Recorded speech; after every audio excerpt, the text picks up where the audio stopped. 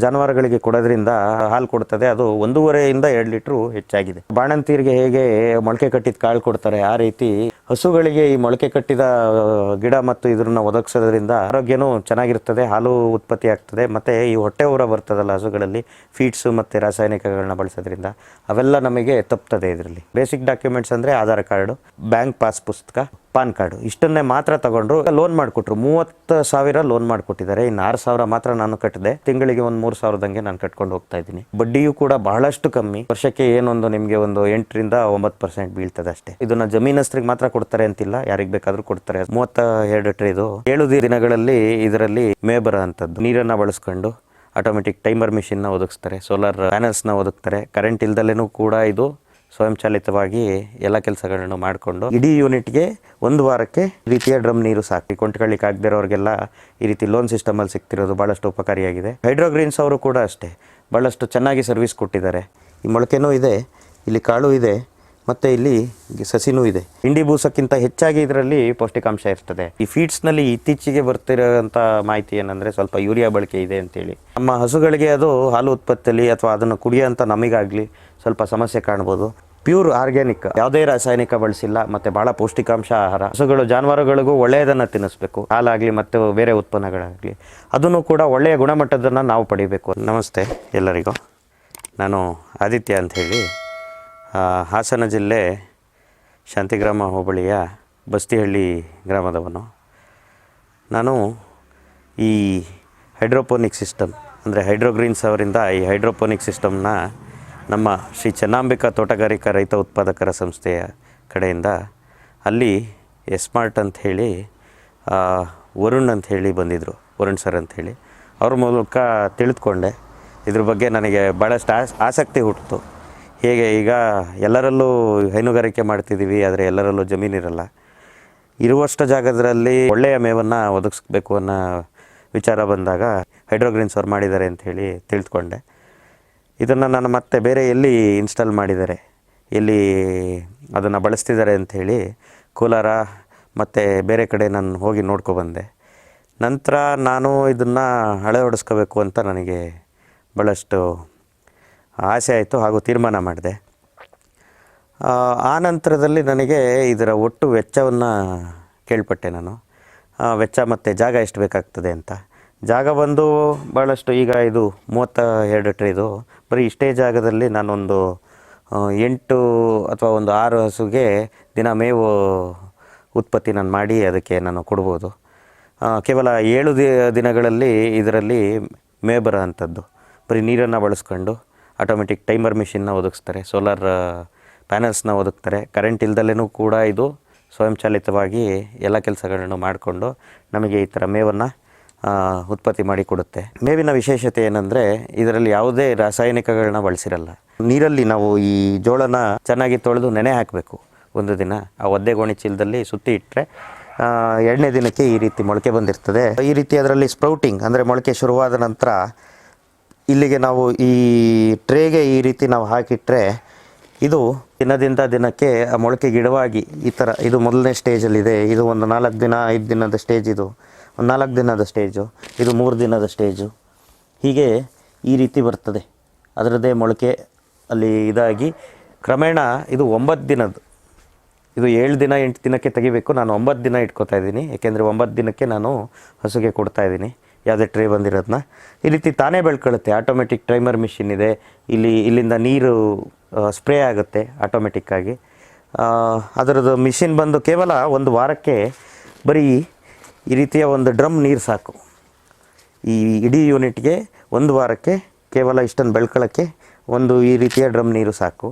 ಇದು timer machine, ಇದು ಪಂಪ್ಗಳು. ಇದ್ರ ಮೂಲಕ ಅಲ್ಲಿ ಸ್ವಯಂಚಾಲಿತವಾಗಿ ಸ್ಪ್ರೇ ಯೂನಿಟ್ಟಲ್ಲಿ ಸ್ಪ್ರೇ ಬರ್ತದೆ. ಆ ಸ್ಪ್ರೇ ಗಂಟೆಗೆ ಎಷ್ಟು ಸರಿ ಅಂತ ಮುಂಚೆನೇ ಸೆಟ್ ಆಗಿರುತ್ತೆ. ಆ ಸ್ಪ್ರೇನ ಮೂಲಕ ಇದಕ್ಕೆಲ್ಲ ನೀರು ಪೂರೈಕೆಯಾಗಿ ಮತ್ತು ಎಲ್ಲೂ ಫಂಗಸ್ ಡೆವಲಪ್ ಆಗಿರಲ್ಲ, ತಾನಾಗೆ ಉತ್ಪತ್ತಿಯಾಗಿ ಒಳ್ಳೆಯ ಮೇವು ಬರ್ತದೆ. ಅಂದರೆ ಮೊಳಕೆ, ಕಾಳು ಮತ್ತು ಈ ಹಸಿರು ಗಿಡ ಏನಿದೆ ಇವು ಸಿಗ್ತದೆ ನಮಗೆ.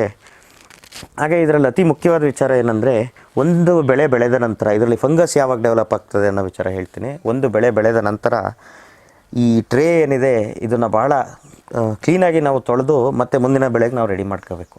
ಇಲ್ಲಾಂದರೆ ಏನಾಗುತ್ತೆ, ಫಂಗಸ್ ಡೆವಲಪ್ ಆಗುತ್ತೆ. ಈಗ ಏನು ಈ ಸರಿ ಬೆಳೆ ತೆಗೆದೆ ಮಾರನೇ ಸರಿ ಹಾಕಬೇಕಾದ್ರೆ ಇದನ್ನು ಟ್ರೇನ ನೀಟಾಗಿ ತೊಳೆದು ಆಮೇಲೆ ಆ ಮೊಳಕೆನ ಇದರಲ್ಲಿ ಇದು ಮಾಡಬೇಕು. ಆಮೇಲೆ ಜೋಳನೂ ಕೂಡ ಚೆನ್ನಾಗಿ ತೊಳೆದು ಹಾಕೋದ್ರಿಂದ ಈ ರೀತಿ ಆಗ್ತದೆ. ಚೆನ್ನಾಗಿ ನೆನೆ ಹಾಕಿ ತೊಳೆದು ಹಾಕೋದ್ರಿಂದ ಇದನ್ನು ನಮ್ಮ ಜಾನುವಾರುಗಳಿಗೆ ಕೊಡೋದ್ರಿಂದ ಹಾಲು ಕೊಡ್ತದೆ. ಅದು 1.5 to 2 ಲೀಟ್ರು ಹೆಚ್ಚಾಗಿದೆ. ಈಗ ಬಾಣಂತಿಯರಿಗೆ ಹೇಗೆ ಮೊಳಕೆ ಕಟ್ಟಿದ ಕಾಳು ಕೊಡ್ತಾರೆ, ಆ ರೀತಿ ಈ ಹಸುಗಳಿಗೆ ಈ ಮೊಳಕೆ ಕಟ್ಟಿದ ಗಿಡ ಮತ್ತು ಇದನ್ನು ಒದಗಿಸೋದ್ರಿಂದ ಭಾಳಷ್ಟು ಆರೋಗ್ಯನೂ ಚೆನ್ನಾಗಿರ್ತದೆ, ಹಾಲು ಉತ್ಪತ್ತಿ ಆಗ್ತದೆ. ಮತ್ತು ಈ ಹೊಟ್ಟೆ ಊರ ಬರ್ತದಲ್ಲ ಹಸುಗಳಲ್ಲಿ, ಫೀಡ್ಸು ಮತ್ತು ರಾಸಾಯನಿಕಗಳನ್ನ ಬಳಸೋದ್ರಿಂದ ಅವೆಲ್ಲ ನಮಗೆ ತಪ್ತದೆ ಇದರಲ್ಲಿ. ಹಾಗೆ ಈ ಯೂನಿಟ್ನ ಅಳವಡಿಸ್ಕೊಳ್ಳೋಕ್ಕೆ ಭಾಳ ಸುಲಭ ವಿಧಾನ ಇದೆ. ನನಗೆ ಹೈಡ್ರೋಗ್ರೀನ್ಸ್ ಅವರು ಮೊದಲು ಕೇಳಿದಾಗ ಇದು ಯೂನಿಟ್ಗೆ ಒಂದು 36-37 ಸಾವಿರ ಆಗುತ್ತೆ ಅಂತ ಹೇಳಿದರು. ಮತ್ತು ಅದನ್ನು ನಾನು ಒಟ್ಟಿಗೆ ಕಟ್ಟಲಿಕ್ಕೆ ಆಗಲ್ಲ ಅಂತ ಹೇಳಿ ನಾನು ಕೇಳಿಕೊಂಡೆ. ಯಾಕೆ ಅಂತ ಹೇಳಿದ್ರೆ, ಈಗ ಒಟ್ಟಿಗೆ ಕೆಲವು ರೈತರಿಗೆ ಒಟ್ಟಿಗೆ ಒಂದು 36 ಸಾವಿರ 37 ಸಾವಿರ ಮಾಡಲಿಕ್ಕೆ ಕಟ್ಟಲಿಕ್ಕಾಗಲ್ಲ, ಯಾವಾಗಲೂ ವ್ಯವಸಾಯದಲ್ಲಿ ದುಡ್ಡಿರಲ್ಲ. ಅದಕ್ಕೆ ಅವರು ರಂಗದೆ ಅಂಥೇಳಿ ಒಂದು ಸಂಸ್ಥೆಯನ್ನು ನಮಗೆ ಪರಿಚಯಿಸಿದ್ರು. ಅವರು ನಮ್ಮಲ್ಲಿ ಬೇಸಿಕ್ ಡಾಕ್ಯುಮೆಂಟ್ಸ್ ಅಂದರೆ ಆಧಾರ್ ಕಾರ್ಡು, ಬ್ಯಾಂಕ್ ಪಾಸ್ ಪುಸ್ತಕ ಮತ್ತು ಒಂದು ಪಾನ್ ಕಾರ್ಡು, ಇಷ್ಟನ್ನೇ ಮಾತ್ರ ತಗೊಂಡ್ರು. ಇದನ್ನು ಜಮೀನಸ್ಥರಿಗೆ ಮಾತ್ರ ಕೊಡ್ತಾರೆ ಅಂತಿಲ್ಲ, ಯಾರಿಗೆ ಬೇಕಾದರೂ ಕೊಡ್ತಾರೆ ಹಸು ಸಾಕಿರೋರಿಗೆ. ಅದ್ರ ಮೂಲಕ ಲೋನ್ ಮಾಡಿಕೊಟ್ರು. 30,000 ಲೋನ್ ಮಾಡಿಕೊಟ್ಟಿದ್ದಾರೆ. ಇನ್ನು 6,000 ಮಾತ್ರ ನಾನು ಕಟ್ಟಿದೆ. ಇನ್ನು 30,000 ಲೋನನ್ನು ತಿಂಗಳಿಗೆ ಒಂದು 3,000ದಂಗೆ ನಾನು ಕಟ್ಕೊಂಡು ಹೋಗ್ತಾಯಿದ್ದೀನಿ. ಯಾವುದೇ ರೀತಿ ತೊಂದರೆ ಇಲ್ಲ. ಬಡ್ಡಿಯೂ ಕೂಡ ಬಹಳಷ್ಟು ಕಮ್ಮಿ, 80 ಪೈಸೆ ತಿಂಗಳಿಗೆ. ಅಲ್ಲಿಗೆ ವರ್ಷಕ್ಕೆ ಏನೊಂದು ನಿಮಗೆ ಒಂದು 8% to 9% ಬೀಳ್ತದೆ ಅಷ್ಟೇ. ಬಟ್ ಭಾಳಷ್ಟು ಉಪಕಾರಿಯಾಗಿದೆ ಯಾವುದು ಈ ರಂಗದೆ ಆ್ಯಪ್ ಮೂಲಕ ಭಾಳಷ್ಟು. ಯಾಕೆಂದರೆ ಎಲ್ಲರಿಗೂ ಒಂದೇ ಸರಿ ಕೊಂಡ್ಕೊಳ್ಳಿಕ್ಕೆ ಆಗದಿರೋರಿಗೆಲ್ಲ ಈ ರೀತಿ ಲೋನ್ ಸಿಸ್ಟಮಲ್ಲಿ ಸಿಗ್ತಿರೋದು ಭಾಳಷ್ಟು ಉಪಕಾರಿಯಾಗಿದೆ. ಹಾಗೆ ಹೈಡ್ರೋಗ್ರೀನ್ಸ್ ಅವರು ಕೂಡ ಅಷ್ಟೇ ಭಾಳಷ್ಟು ಚೆನ್ನಾಗಿ ಸರ್ವಿಸ್ ಕೊಟ್ಟಿದ್ದಾರೆ. ಇದನ್ನು ಬಂದು ಅಳವಡಿಸ್ಕೊಟ್ಟು ಇದನ್ನು ಹೇಗೆ ಬೆಳೆಸಬೇಕು ಅಂತ ಒಂದು ಮಾಹಿತಿ ಕೊಟ್ಟು, ಅವತ್ತು ಯಾವತ್ತು ಬಂದಿದ್ರು ಅವತ್ತು ಅದನ್ನು ನೆನೆ ಹಾಕಿ ಕೂಡ ಅವರೇ ತೋರಿಸ್ಕೊಟ್ರು. ಈ ರೀತಿ ಮಾಡಬೇಕು, ಈ ರೀತಿ ಇರಬೇಕು, ಯಾವ ರೀತಿ ಮೇಂಟೈನ್ ಮಾಡಬೇಕು ಇದನ್ನು ಅಂತೆಲ್ಲ ಹೇಳಿ ತೋರಿಸ್ಕೊಟ್ಟು ಹೋದರು. ಹಾಗೆ ನಮಗೆ ಇವೆಲ್ಲಕ್ಕೂ ಕಾರಣ ಆಗಿರೋ ಎಸ್ಮಾರ್ಟ್ ಕಂಪ್ನಿಯವರು ಕೂಡ ಭಾಳಷ್ಟು ನಮಗೆ ಸಹಕಾರವನ್ನು ನೀಡ್ತಾ ಇದ್ದಾರೆ. ಎಸ್ಮಾರ್ಟ್ ಏನಿದೆ, ಎಸೆನ್ಷಿಯಲ್ ಸರ್ವಿಸ್ ಅಂತ ಹೇಳಿ, ಅವರು ನಮಗೆ ಈ ಉಪಕರಣಗಳ ಬಗ್ಗೆ ಮಾಹಿತಿ ಆಗಲಿ ಮತ್ತು ಇನ್ನೊಂದು ಕಡೆ ಕರ್ಕೊಂಡೋಗಿ ಅದನ್ನು ಮಾಡೋ ವಿಧಾನನಾಗಲಿ ತೋರಿಸ್ಕೊಡೋದಾಗಲಿ ಎಲ್ಲ ರೀತಿಯಲ್ಲೂ ನಮಗೆ ಭಾಳಷ್ಟು ಸಹಕಾರ ನೀಡಿದ್ದಾರೆ. ನಮ್ಮಲ್ಲಿ ಈಗ ಈ ರೀತಿ ಸಿಸ್ಟಮ್ನಿಂದ ಬೆಳೆಸಿದ ಈ ಜೋಳದ ಇದೇನಿದೆ ಮೊಳಕೆ ಕಾಳು ಹಾಗೂ ಈ ಗಿಡ, ಇದು ಹೇಗೆ ಬರುತ್ತೆ ಅಂದರೆ, ಈಗ ಒಂದು 8-9 ದಿವಸಕ್ಕೆ ಈ ರೀತಿ ಬರುತ್ತೆ. ಇದನ್ನು ಎತ್ತಿ, ಈ ಮೊಳಕೆನೂ ಇದೆ, ಇಲ್ಲಿ ಕಾಳು ಇದೆ ಮತ್ತು ಇಲ್ಲಿ ಸಸಿನೂ ಇದೆ. ಇದನ್ನು ಈ ರೀತಿ ರೋಲ್ ಮಾಡಿಕೊಂಡು ಸೀದಾ ಅಂದರೆ ಈ ರೀತಿ ಮಡಚ್ಕೊಂಡು ಈ ಸೀದಾ ಯೂನಿಟ್ ಮೇಲೆ ಬರುತ್ತೆ. ಈ ಪೂರ್ತಿ ಇದು ಪದರ ಇದನ್ನು ತೆಗೆದು ನಾವು ಒಂದು ಟ್ರೇನಲ್ಲಿ ಇಟ್ಕೊಂಡು ಅಥವಾ ಒಂದು ಇದರಲ್ಲಿ ಇಟ್ಕೊಂಡು ಹಸುಗೆ ನಾವು ತಿನ್ನಿಸ್ಬೋದು. ಈ ರೀತಿ ತಿನ್ನಿಸೋದ್ರಿಂದ ಹಸುವಿನ ಹಾಲು ಉತ್ಪತ್ತಿ ಭಾಳಷ್ಟು ಹೆಚ್ಚಾಗ್ತದೆ. ಈ ರೀತಿ ಮೊಳಕೆ ಕಟ್ಟಿದ್ದು ಮತ್ತು ಕಾಳು ಮತ್ತು ಸಸಿ ಏನಿದೆ ಇದು ಈ ಹಿಂಡಿ ಬೂಸ ಮತ್ತು ಅತಿ ಮುಖ್ಯವಾಗಿ ಫೀಡ್ಸ್. ಈ ಫೀಡ್ಸ್ನಲ್ಲಿ ಇತ್ತೀಚೆಗೆ ಬರ್ತಿರೋಂಥ ಮಾಹಿತಿ ಏನಂದರೆ ಸ್ವಲ್ಪ ಯೂರಿಯಾ ಬಳಕೆ ಇದೆ ಅಂಥೇಳಿ. ಸೊ ಈಗ ನಮ್ಮ ಹಸುಗಳಿಗೆ ಅದು ಹಾಲು ಉತ್ಪತ್ತಿಯಲ್ಲಿ ಅಥವಾ ಅದನ್ನು ಕುಡಿಯೋಂಥ ನಮಗಾಗಲಿ ಸ್ವಲ್ಪ ಸಮಸ್ಯೆ ಕಾಣ್ಬೋದು. ಈ ರೀತಿ ಈ ಪ್ಯೂರ್ ಆರ್ಗ್ಯಾನಿಕ್ ಅಂತ ಹೇಳಿದ್ರೆ ಇದರಲ್ಲಿ ಯಾವುದೇ ರಾಸಾಯನಿಕ ಬಳಸಿಲ್ಲ ಮತ್ತು ಭಾಳ ಪೌಷ್ಟಿಕಾಂಶ ಆಹಾರ. ಹಸುಗೆ ನಾವು ಪೌಷ್ಟಿಕಾಂಶ ಆಹಾರ ಕೊಡೋದ್ರಿಂದ ಮತ್ತು ಒಳ್ಳೆಯ ಕೊಡೋದ್ರಿಂದ ಹಿಂಡಿ ಬೂಸಕ್ಕಿಂತ ಹೆಚ್ಚಾಗಿ ಇದರಲ್ಲಿ ಪೌಷ್ಟಿಕಾಂಶ ಇರ್ತದೆ. ಇದನ್ನು ಕೊಡೋದ್ರಿಂದ ಹಸು ಕೂಡ ಒಳ್ಳೆಯ ಹಾಲನ್ನು ನಮಗೆ ಕೊಡ್ತದೆ. ಹಾಗೆ ನಾವು ಹೇಳೋದೇನೆಂದರೆ, ಈಗ ಒಳ್ಳೆಯ ಗಿಡವನ್ನು ಬೆಳೆಸಬೇಕು, ನೀಟಾಗಿ ಯಾವುದೇ ರಾಸಾಯನಿಕನ ಬಳಸ್ತಲೆ. ಹಾಗೆ ನಮ್ಮ ಹಸುಗಳು ಜಾನುವಾರುಗಳಿಗೂ ಒಳ್ಳೆಯದನ್ನು ತಿನ್ನಿಸ್ಬೇಕು.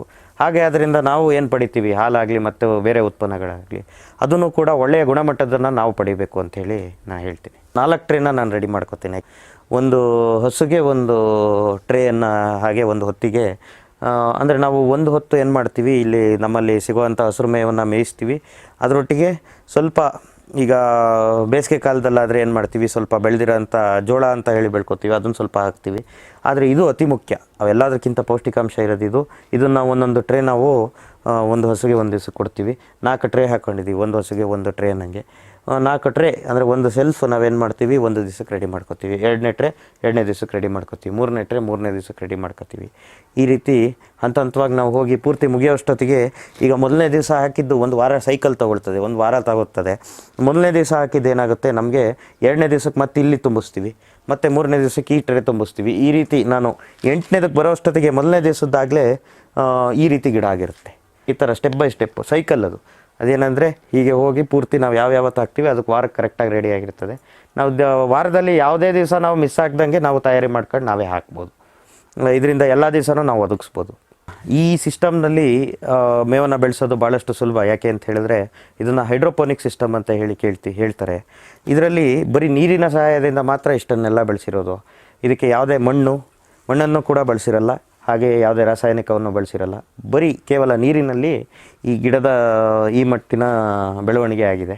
ಅದಕ್ಕೆ ಬೇಕಾದಂಥ ಒದಗಿಸೋಂಥ ಮಿಷಿನರೀಸ್ ಅಂದರೆ ಟೈಮರ್ ಇದು ಎಲ್ಲ ಅವರೇ ಅಳವಡಿಸ್ಕೊಟ್ಟು ಹೋಗ್ತಾರೆ. ಪೂರ್ತಿ ಸೆಟ್ಟಲ್ಲಿ ಬರ್ತದೆ. ಈ ರೀತಿ ಸ್ಪ್ರೇಯರ್ಸ್ಗಳಿಂದ ಮೈಕ್ರೋ ಜೆಟ್ ಅಂತ ಏನು ಹೇಳ್ತೀವಿ, ಸ್ಪ್ರಿಂಕ್ಲರ್ ಥರ ತುಂತುರು ಥರ ಇಲ್ಲೆಲ್ಲ ಸಿಂಪಡಣೆ ಆಗಿ ಇದರಲ್ಲಿ ಶೇಖರಣೆ ಆಗಿ ಇದು ನೀರಿನ ಸಹಾಯದಿಂದನೇ ಬೆಳ್ಕೊಳ್ಳೋಂಥದ್ದು. ಇದಕ್ಕೆ ಬೇರೆ ಯಾವುದರ ಅವಶ್ಯಕತೆಯೂ ಇಲ್ಲ. ಸುಲಭವಾಗಿ ಯಾರು ಬೇಕಾದರೂ ಬೆಳೆಸುವಂಥ ವಿಧಾನ. ಇದನ್ನು ಮಾಡ್ಕೊಳ್ಳೋದ್ರಿಂದ ಎಲ್ಲ ರೈತರಿಗೂ ಭಾಳಷ್ಟು ಉಪಯೋಗ ಆಗುತ್ತೆ. ಯಾಕೆ ಅಂತ ಹೇಳಿದ್ರೆ ಜಾಗ ಇಲ್ಲದಿರೋರು ಇವರು ಎಲ್ಲರೂ ಮಾಡ್ಕೋಬೋದು. ಇದನ್ನು ನಮಗೆ ನೀಡಿರೋಂಥ 3 ಸಂಸ್ಥೆಗಳಿಗೆ ಅಂದರೆ ಒಂದು ಹೈಡ್ರೋಗ್ರೀನ್ಸ್ ಅವರು, ಮತ್ತು ರಂಗದೇ ಅವರು, ಹಣಕಾಸು ಸಹಾಯ ಮಾಡಿದ ರಂಗದೇ ಅವರು, ಮತ್ತು ಇದ್ರ ಬಗ್ಗೆ ಮಾಹಿತಿ ನೀಡಿದಂಥ ಎಸ್ಮಾರ್ಟ್ ಅವರು, ಈ 3 ಸಂಸ್ಥೆಗಳಿಗೆ ನನ್ನ ಧನ್ಯವಾದಗಳನ್ನ ಹೇಳ್ತಾ ನನ್ನ ಒಂದೆರಡು ಮಾತನ್ನ ಮುಗಿಸ್ತೀನಿ.